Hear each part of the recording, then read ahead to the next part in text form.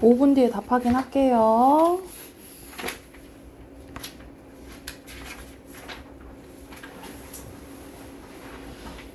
자, 같이 한번 봐봅시다. 빈칸 채워볼게요. 여기서는 우주정거장에서 폐수를 여과하는 방법에 대한 문제 제기예요. 앞에 서론 부분이니까. 그리고 2번에 중력, 3번에 등속, 원운동, 4번에 구심력, 5번이 원심력이죠. 그리고 6번에 회전, 7번에 폐수, 그리고 8번에 회전 운동입니다. 그리고 9번이 좀 넣기가 어려웠죠? 의입니다. 의. 그리고 10번에 여과예요. 여기서는 1번에 중심하지 어려운데 여기서 너무 힌트가 딱 나와 있지? 우주정거장에서의 폐수 여과 방법 그대로 쓰시면 돼요. 그러면 하나, 둘, 셋, 넷, 다섯, 5어절 맞죠? 그 의문형을 써도 돼요? 우주 정거장에서는 어떻게 폐수를 여과할까? 그러면은 5어절 맞아요? 5절 맞아요. 그러면 그렇게 해도 돼요. 그리고 2번 갈게요. 여기서는 여과할 수 있는 과학적 원리는 중력을 만들어줘야 된다 했잖아. 그치? 어떻게 만들어? 원심력을 통해서 만들죠. 그쵸? 회전시키고 그렇지. 원심력을 만들고 노화시키기. 그렇지. 회전 운동을 통해 조금 말을 다듬으면 회전 운동을 통해 중력처럼 작용하는 뭘 만들어주는 거예요? 원심력. 그렇지. 이게 들어가야겠지? 원심력을 만들어준다.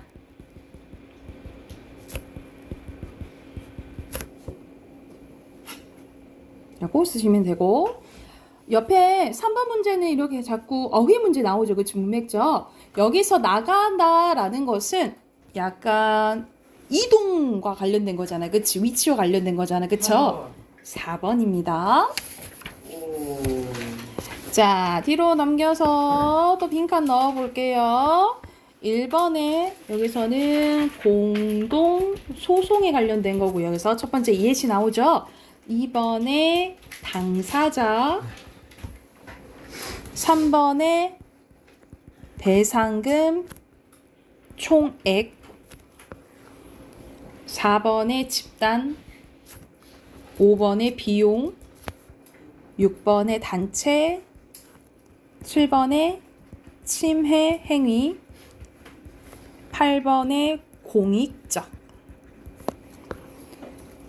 9번에 제한적, 10번에 소비자 기본법, 11번에 소송, 12번에 다수입니다. 기업에 피해가 돼. 기업에 의한 자, 여기서 4번에 첫 번째 보면은 살이 나왔잖아. 그치? 그래서 가장 적절한 것은 1번이고요. 그리고 5번에 알맞지 않은 것은 여기서 보면은 이 문단의 내용 보면 여러분 이 문단에 여기 봐보자. 대개 공동으로 변호사를 선임해서 이 변호사가 소송을 수행하도록 한 거야. 그래서 이 부분을 보면 2번이 잘못된 거 알겠죠? 그쵸? 그리고 6번에 조금 먼 게 있어요. 4번. 4번이고요. 알맞지 않은 거. 그리고 니은의 결과로 니은은 뭐라고 생각하시면 되냐면 우리나라에 처음에 증권 관련 먼저 집단소송법이 제정이 됐다 그랬어. 그치? 그러면 증권 관련 사례 고르시면 돼요. 그럼 몇 번이겠어? 5번, 5번이요? 5번 아니에요? 1번, 2번, 봐봐. 내가 말했어. 증권 관련 단체 소송이에요. 집단 소송. 4번, 증권 관련 집단 소송이라고요. 3번, 3번이야, 2번이야. 4번, 4번은 아니야. 3번, 1번. 2번이에요. 아 진짜. 증권 관련 집단 소송이라고. 예, 됐을까요? 우리 문학책 꺼내볼게요. 오늘 하면은 문학책이 마무리 되거든요. 124쪽입니다. 124쪽.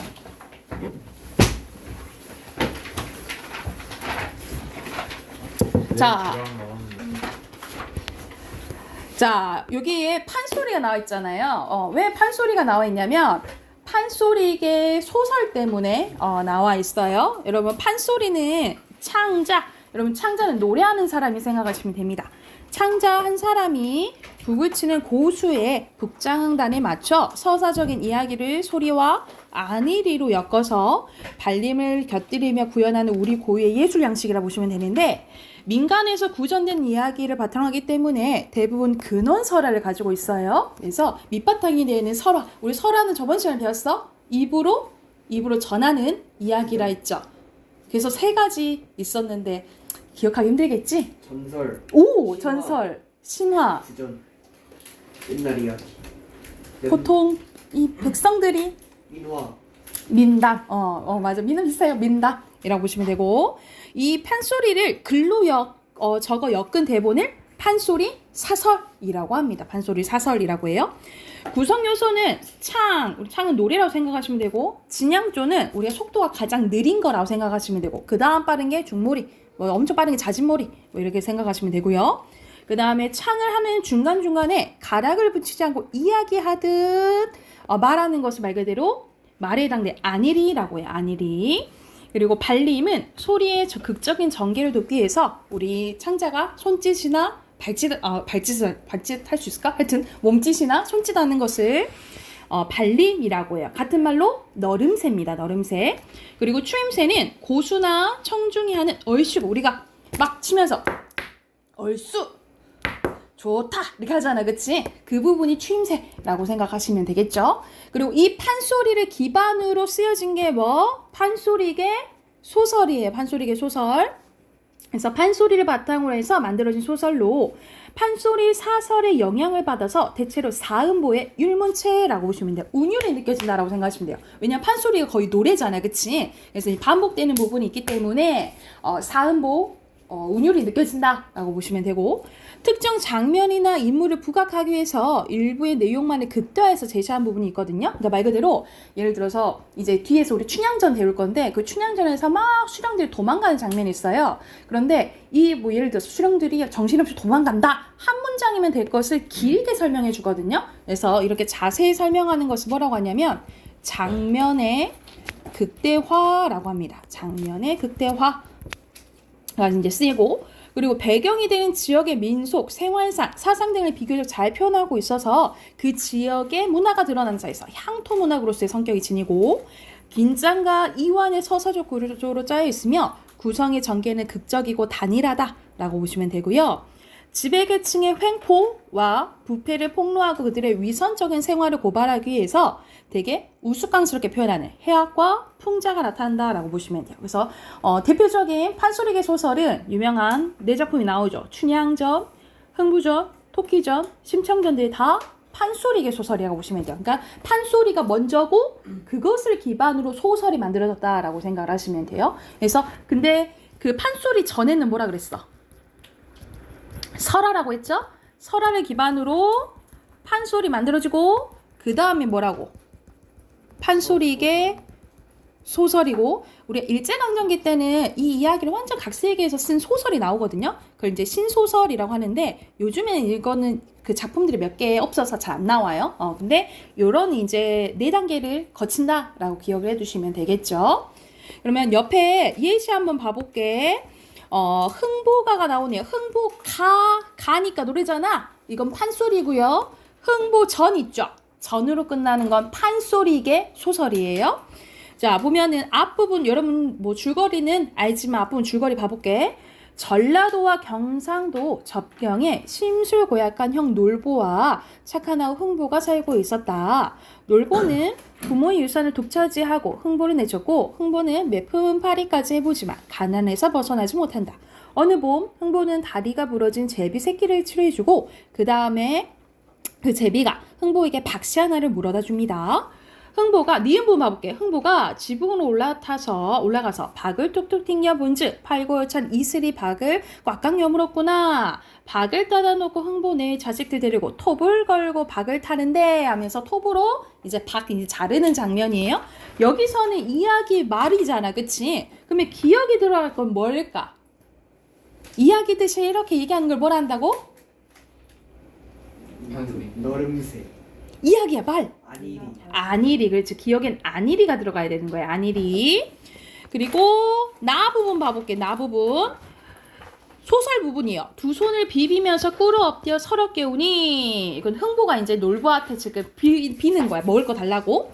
놀보고 생각한즉 저놈이 하는 양이 빌어먹기 투가 나서 달래서는 안 갈 테요. 주어서는 또 올 테니 죽으면 굶어 죽지 맞아 죽을 생각 없게 하는 수가 없다고 옳다 하고 부잣집 바람벽에 도적 방비하려 절대 철편 그리고 마상돔에 단단한 몽둥이가 오죽 많이 걸어 있겠냐. 그 중에 단단하고 손잡이 좋은 몽둥이를 하나 내려 손에 들고 엎드려 오는 볼기짝을 후려 딱 때리면서 그 흥부를 때리면서 얘기하는 거예요. 하늘이 사람 낼 때 정한 분복 각기 있어서 그러니까 분수와 복이 각각 있어서 잘난 놈은 부자 되고 못난 놈은 가난하니 내가 이리 잘 사는 게 네 복 빼앗은 거냐? 네가 떼쓰자고 이 흉년에 전국 주소 모간으로 소리하여 눈물방울 뿌리면 내가 네 잔꾀에 속을 것 같으냐?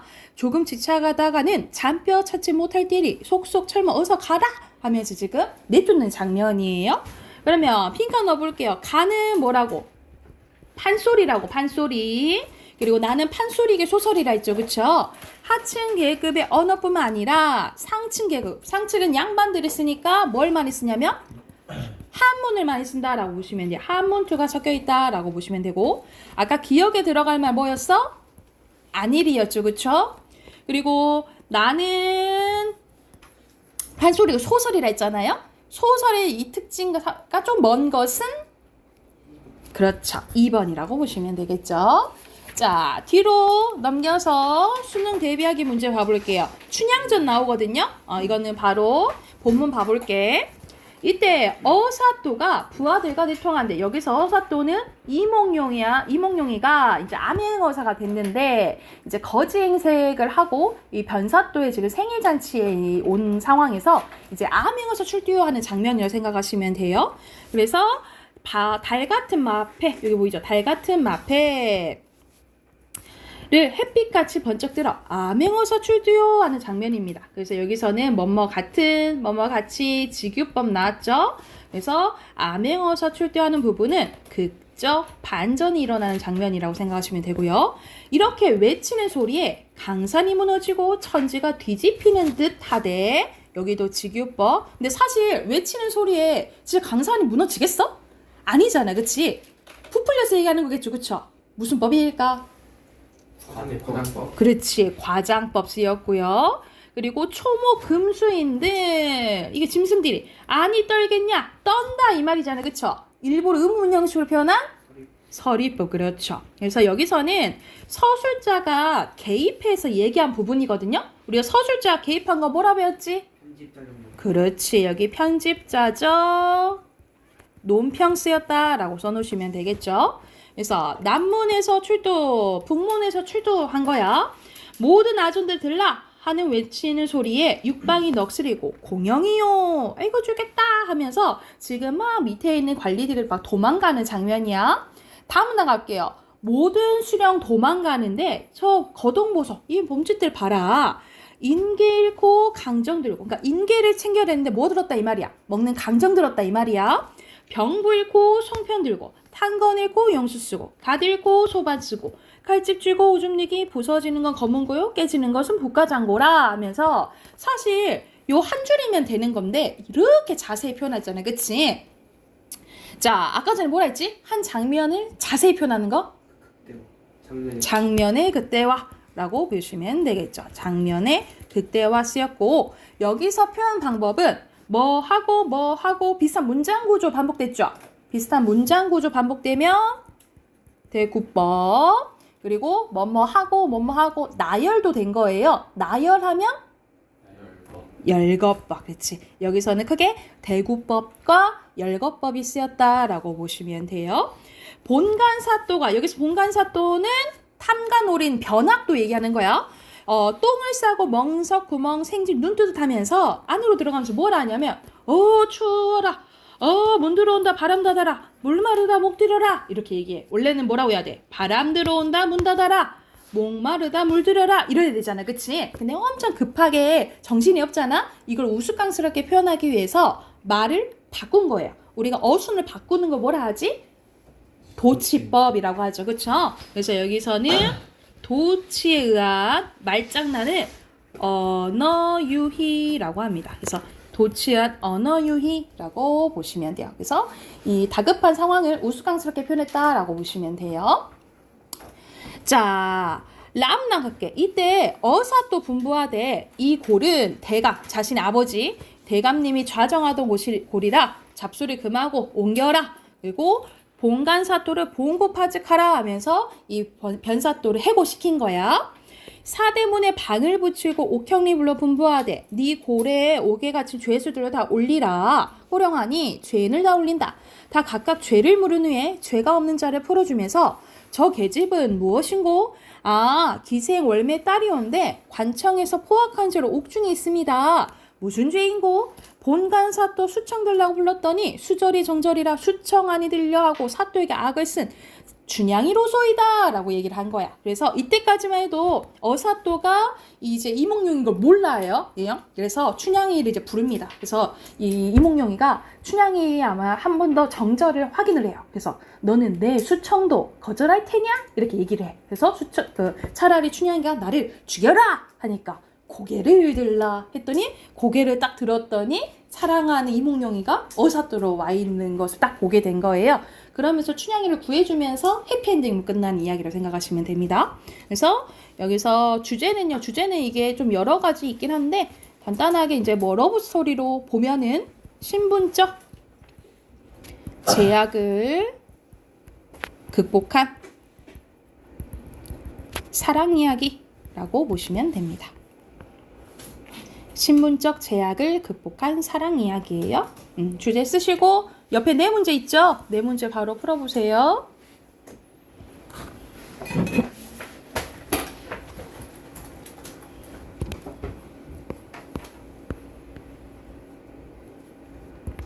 자, 답 확인해 볼게요. 1번에 여러분 알맞지 않은 것은 여기선 고전 소설이니까 당연히 3인칭 전지적 작가 시점이겠죠.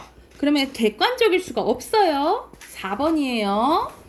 그리고 2번 보면 다 맞는 것 같은데 라는 생각이 들 거야. 알맞지 않은 것은 3번인데 굳이 창자한테는 이런 소품 필요 없어요. 보통 부채 정도? 이 정도지 모든 소품이 다 필요하진 않다라고 생각하시면 되고 3번 아까 얘기해줬지? 뭐예요? 편집자적 논평 쓰시면 됩니다. 3번에 편집자적 논평. 그리고 니은은 표현법이랑 효가스라고 얘기하네요.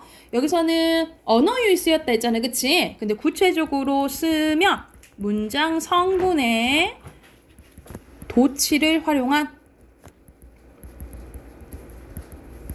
언어유희로 효가는요. 다급한 상황을 우스꽝스럽게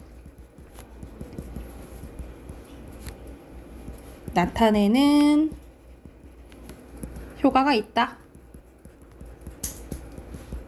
이렇게 쓰시면 되겠죠? 자, 마지막 한 장 남았어요. 뒤로 넘겨보세요. 자, 뒤로 넘기면 왕수제라는 작품이 나옵니다. 고전 소설인데 여기서 왕으로 시작하잖아. 여러분 고려 누가 세웠어요? 태조, 왕건, 주몽은 고구려죠, 고구려. 그래서 여기서는 왕건 이야기예요. 왕건의 이 탄생 비화, 이야기라고 생각하시면 돼요. 앞부분 줄거리 보면 왕생은 태어나자마자 부모를 잃고 양어머니의 보살핌 속에 자라게 됩니다. 어려서부터 돌아가셨겠지? 전쟁 중일 수도 있고. 뛰어난 능력을 지녔던 왕생은 중국 외교 사설단 일원이 되고 중국을 가던 도중 용왕의 딸과 혼인을 하게 됩니다. 용왕의 딸이 어떻게 용왕이 있을 수 있겠어, 그치? 용왕이 어. 뭐예요? 용궁의 왕. 그래서 말 그대로 이거는 비현실적인 이야기죠. 여기서 비현실적인 이야기 같은 말로 비현실적 뭐라 했어? 같은 말? 가상. 우리 앞 저희 혹시 저기 저번 시간 했는데 지읒 정황. 지조적. 조작. 조작. 주작. 주작이요? 어허 저 저그. 세상에 저향. 저고요. 저주. 되지. 전기적이에요. 전기적이야. 후기적. 네, 전기적이에요. 자, 그래서 용궁을 떠나 송악산 아래에 이제 자리 잡게 돼요. 그러던 어느 날 칡배로 만든 두건의 베옷을 입은 도산 사람이 손에 육한장을 들고 어깨에 바랑을 메고 와서 왕생에게 절을 하더래. 리시오, 저는 산인입니다. 산수를 좋아해서 기러기 남북으로 오가고 뜬구름을 동서로 흘러가는 것처럼 사방 유유하게 다니고 있죠. 그러다 이곳에 이르러 대게집터를 보니 참으로 천하의 명승지가 아닐 수 없습니다. 1년 안에 성인이 태어나시어 이 나라의 주인이 되실 것이 틀림없습니다. 왕이 된다라고 얘기를 한 거야. 주인장께서는 소중히 잘 기르시기 바랍니다. 저는 3년 뒤에 다시 찾아뵙겠습니다. 왕생이 참으로 위험천만한 소리군요. 부디 그 말을 입 밖에 내지 말길 바라오. 그런데 그대의 성명을 알 수 있겠소? 제 이름은 도선으로 중국 사람 일행의 제자입니다. 하고 갔대. 왕생은 도사의 말을 듣고 혼자 속으로 기뻐하며 큰 자부심을 가졌다. 이달부터 문득 아내에게 태기가 있더니 10달 만에 아들을 낳았는데 콧대가 우뚝 솟고 용과 같은 제왕의 상에 이마가 훤하고 눈은 샛별처럼 빛났으며 상서로운 왕체가 은은히 비치고 기상을 엄숙했다. 왕생은 속으로 매우 기뻐했대요. 3년 뒤 과연 도사가 다시 찾아와 왕생에게 축하 인사를 올렸다. 주인장께서 성인을 낳으신 걸 축하드립니다. 잘 기르시면 흉악한 무리들을 모조리 평정하고 사만을 통일할 거래. 그래서 도탄에 빠진 만백성을 구하고 호세에 큰 이름을 남길 분이 되실 것입니다. 하고 떠나갔다라는 거죠. 그 뒤 부인이 또 딸을 하나 낳았는데 딸을 낳고부터는 몹시 갑자기 초췌해지더니 얼굴에 핏기가 없고 갑자기 숨이 끊어질 듯 숨기운이 약해지며 말을 제대로 하지 못했대. 왕생이 아니 무슨 병이기에 몸이 이렇게 수척해지는 거요?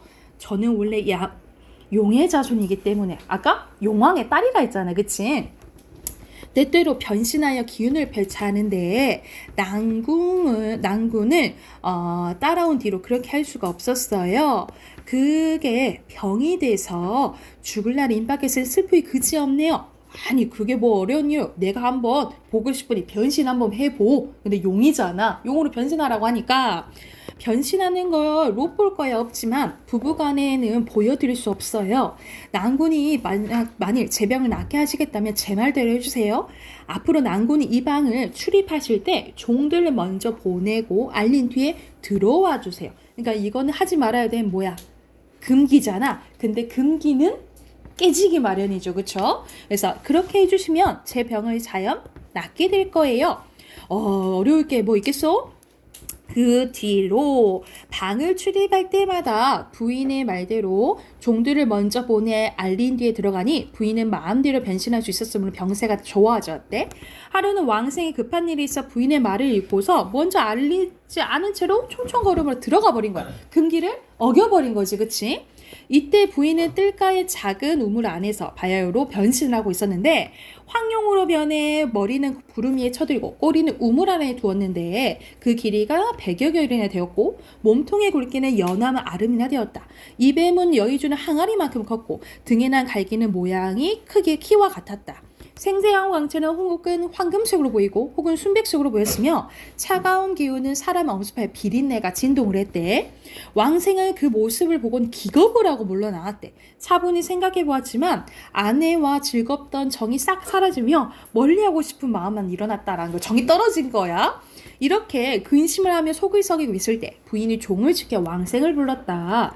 왕생이 안으로 들어가니 부인은 엷은 화장을 하고 소복을 입은 채 난간에 기대 앉아 있었는데 예전의 모습과 다름이 없었지만 단지 근심이 걱정이 쌓여 수심 어린 기색의 얼굴이 가득했대요. 부인이 뭘 아냐면 군자의 돈은 부부간에 시작되는 옛말이 있습니다 하면서 옛말을 가져왔네. 인용 쓰였고요.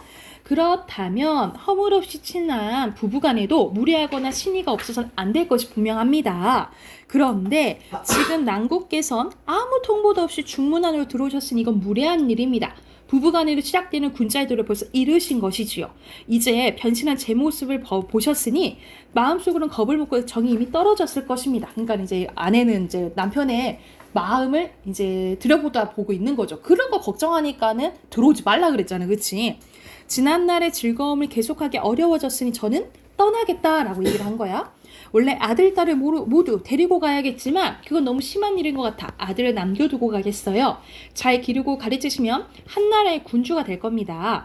다만 한 가지 한스러운 일은 제가 아마 3년만 더 있었더라면 반드시 성스러운 아들 하나 중국을 쓸어버리고 구주를 평성에 3대의 정치를 펼치게 할 수 있었다는 점입니다. 이건 약간 결과론적인 거지. 만약 3년만 더 있었으면 더 넓은 영토를 가질 수 있었을 텐데 못해가지고 그거는 평정 못할 거야 라고 얘기한 거야. 난군의 신이 없는 행동을 하신 탓에 그 일을 볼 수 없게 되었으니 퍽 한스럽습니다. 하지만 이 역시 이거는 하늘이 정한 운명이요 사람이 어찌할 수 있는 일이 아니 어쩌겠습니까? 라는 여기서는 이제 운명론적 세계관이 반영되어 있다라고 보시면 돼요. 왕생이 비록 부부간에 잘못이 있었다 하지만 이렇게까지 심하게 할 필요가 뭐 있겠소? 부디 떠나지 말았으며 하오. 제 마음은 결정됐어요. 이미 화살이 쉬를 떠났으니 아무리 많은 말을 한들 되돌릴 수 없습니다. 그리고 아들의 등을 어루만지고 눈물을 뿌리면서 이별했다. 부인이 딸을 겨드랑이에 끼고 뜰 가운데 서서 바람과 비를 부르니 먹구름이 사방에서 일어나고 비바람이 크게 일더니 우르르 쾅 천둥이 치고 번개불이 번뜩였다. 그러자 황룡으로 변해서 바람과 구름을 타고 날아가 버렸다라는 내용입니다. 그래서 여기서는 태조 왕건의 탄생 비화예요. 그래서 고려 태조 왕건의 출생과 의회에 대해서 이야기한 소설이라고 보시면 됩니다. 가상의 이야기예요. 옆에 두 문제 있죠? 바로 풀어볼게요. 자, 5번에 여러분 알맞지 않은 거 몇 번이에요? 5번, 그렇지. 받아들인 거 후회한 거 아니라 떠난다고 하니까 그냥 잡고 있는 거죠, 그쵸? 6번에 보면은 여기선 악인이 뭐 나오기는 하지 않죠, 그쵸? 그리고 시간순이고 결혼했죠? 말도 안 되죠, 그쵸? 답 5번입니다. 여러분 문법 저번에 숙제 있었거든요. 한쪽만 쌤이 채점하고 숙제 채점을 하고 쌤 끝내줄게요. 87쪽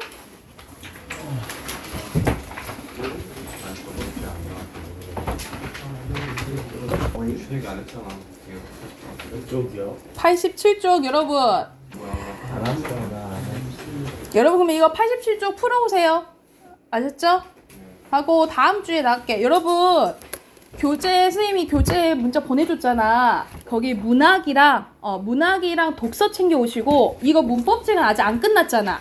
이 문법책이랑 가져오시면 돼요. 와칭은 이거 끝나고 할 거야. 알겠죠? 그래서 교재 3권 우선 챙겨오시면 되고 어휘는 우선 다시 처음으로 하는데 다음 주는 우선 그냥 오세요. 다음 주는 그냥 오시고 여러분 교재 3권 챙겨오시면 돼요. 아셨죠?